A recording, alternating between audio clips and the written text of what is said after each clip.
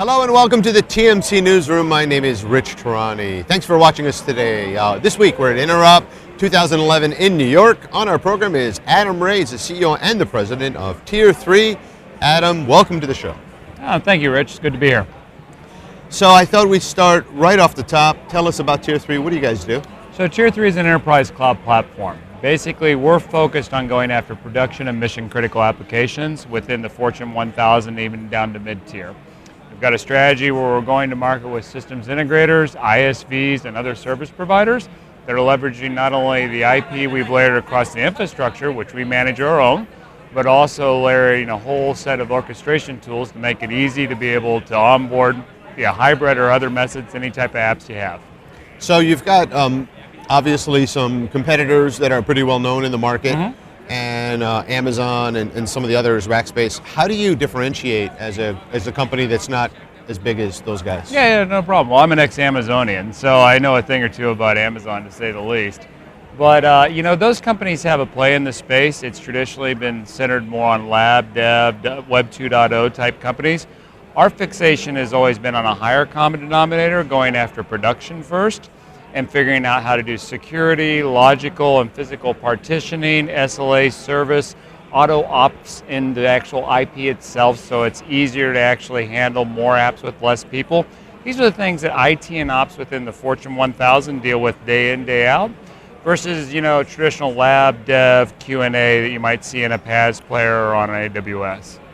Now, how important is compliance to your customers? Oh, it's massive. We're not only SAS 70 HIPAA and PCI compliant, but we're in process right now doing our SSAE 16 and ISO 271.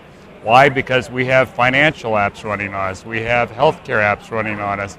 We have people that are putting secure information that might even be something as simple as email or as complex as some type of ERP or warehouse management system. So in terms of costs, how much savings is there in terms of management and money for a company to go to a cloud-based solution, let's say one hosted by your company? Well, so I always look at it when you think about what enterprise is trying to do right now. They're trying to turn their IT into an agile infrastructure. Right.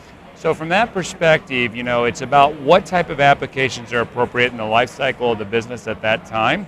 And that's why you hear a lot of this hybrid.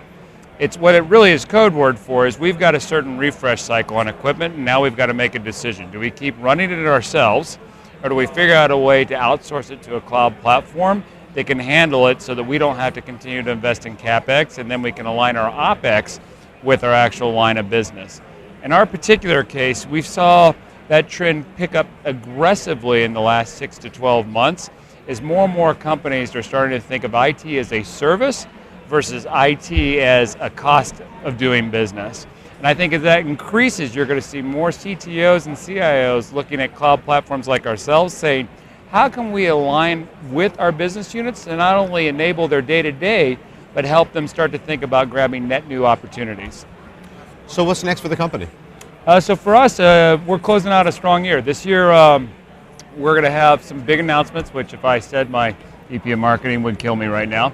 So I won't, but in regards to positioning within the overall market space. But I will say what we've been laying out this year is we took in growth capital for the first time earlier in the year with an express intent of being able to put a sales marketing force together and refining our story and making it easy for people to consume us. What you're going to see a lot of as we close out the year and walking in next year is talk about our OEM strategy and where we're going to help enable those system integrator partners, ISVs, and service providers. MSPs and things like that? Exactly. Perfect. So we'll have some announcements before the end of the year actually happens on some of that. That's awesome. So good luck, and Thank you. You're welcome back to let us know what's happening in the future. I'll look forward to it. Thanks. Take care.